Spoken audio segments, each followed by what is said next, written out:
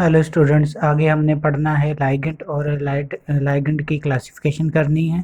तो लाइगेंड देखो कि होते क्या हैं। लाइगेंड वो होते हैं जो मेटल के साथ जुड़े होते हैं। सो वो मॉलिक्यूल और वो आयंस जो कि मेटल के साथ जुड़े हों तो उन्हें बोल देते हैं लाइगेंड्स। तो लाइगेंड जो होते हैं ये आयन भी हो सकते हैं, मॉलिक्यूल भी हो सकते हैं। अगर आयन हो तो नेगेटिव नेगेटिव चार्ज आयन होंगे, या फिर वो वाले एलिमेंट होंगे, या वो वाले एटम होंगे, या हम कह सकते हैं वो वाले ग्रुप होंगे जिनका जिनमें lone pair of electron present है। For example ammonia. अमोनिया के केस में नाइट्रोजन के ऊपर lone pair of electron present है। वाटर के केस में ऑक्सीजन के ऊपर दो लोन पेयर ऑफ इलेक्ट्रॉन है।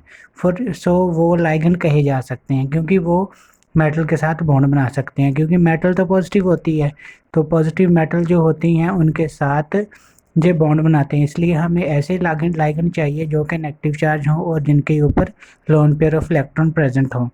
तो हम यहाँ एक एग्जांपल देख लेते हैं कि कोऑर्डिनेशन कंपाउंड वही होते हैं। ये देखो, ये हमारे पास कोऑर्डिनेशन कंपाउंड है। पैरेंथेसिस के अंदर हमारे पास कोऑर्डिनेशन एंटाइटी है।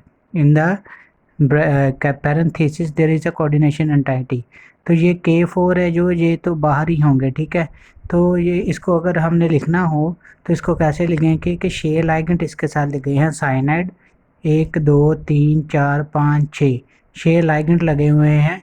तो जिस शे के शे जो जो लाइगेंड हैं ये साइनाइड के हैं, ठीक है। और ये 4 पॉजिटिव जो है मेटल है। ये सब मेटल, ये तो बाहर वाली मेटल है। एक अंदर वाली मेटल है जो कि पैरेंथेसिस के अंदर है। जो पैरेंथेसिस के अंदर मेटल है तो उसे हमने सेंट्रल एटम बोलना है, ठीक है।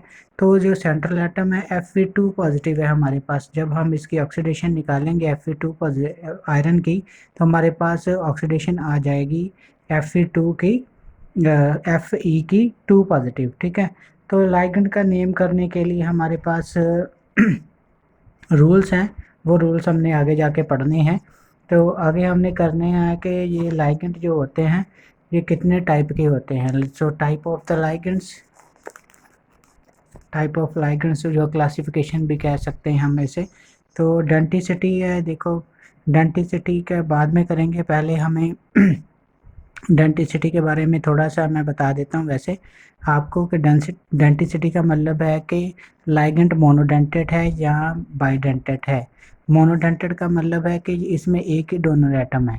कोई भी एटम होगा वो सिर्फ एक ही lone pair of electron donate करेगा, तो उसे हमें मोनोडाइटेंट लाइगेंड बोलना है। जैसे अमोनिया है, अमोनिया के केस में NH नाइट्रोजन के ऊपर एक ही लोन पेयर ऑफ इलेक्ट्रॉन है।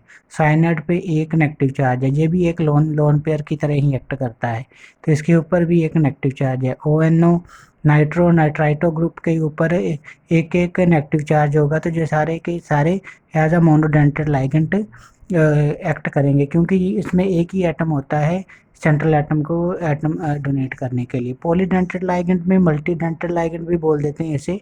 तो इसमें बाइडेंटेड, ट्राइडेंटेड, टेट्राडेंटेड या पेंटाडेंटेड, हेक्साडेंटेड आ जाते हैं। तो इसको हमने देख के आगे बाइडेंटेड लाइगेंड्स जो होते हैं। तो बाइडेंटेड लाइगेंड में दो डोनर एटम होते हैं, ठीक है। बाइडेंटेड लाइगेंड पॉलीडेंटेड के लाइगेंड की आगे टाइप है।